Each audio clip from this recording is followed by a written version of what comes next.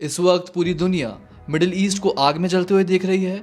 USA, Iran, Israel, हर तरफ destruction और tension का माहौल है। दुनिया थर्ड वर्ल्ड वॉर के डर में जी रही है।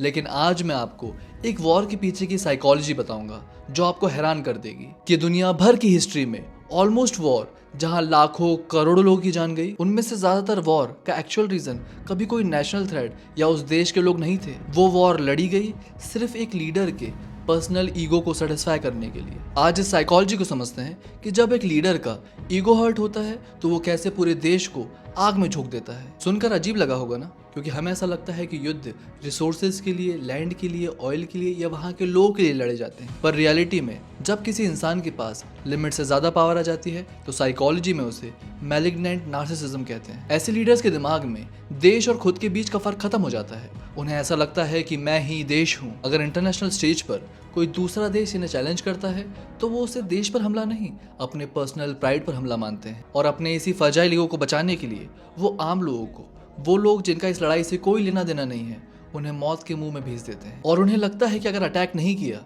तो दुनिया उन्हें कमजोर समझेगी। मेडिकल साइंस में एक कंडीशन है जिसे ह्यूब्रिस सिंड्रोम कहा जाता है, जहां अनचेक्ड पावर लगातार यूज करने से एक लीडर के ब्रेन की केमिस्ट्री लिटरली चेंज हो जाती है। पावर के नशे में ऐसे लीडर रियलिटी से डिस्कनेक्ट हो जाते हैं। उन्हें ये इल्यूजन हो जाता है कि वो कोई चूजन वन है जिसे हिस्ट्री बदलने के लिए भेजा गया है। और जब एक लीडर का ईगो ह्यूब्रिस सिंड्रोम का शिकार हो तो उन्हें सोल्जर्स या मासूम बच्चों की जान सिर्फ एक नंबर या स्टैटिक लगने लगती है। पर सबसे बड़ा सवाल, एक अकेला आदमी पूरे देश को आग में कूदने के लिए ब्रेन वॉश कैसे कर सकता है? और इसका जवाब है फेक फियर से।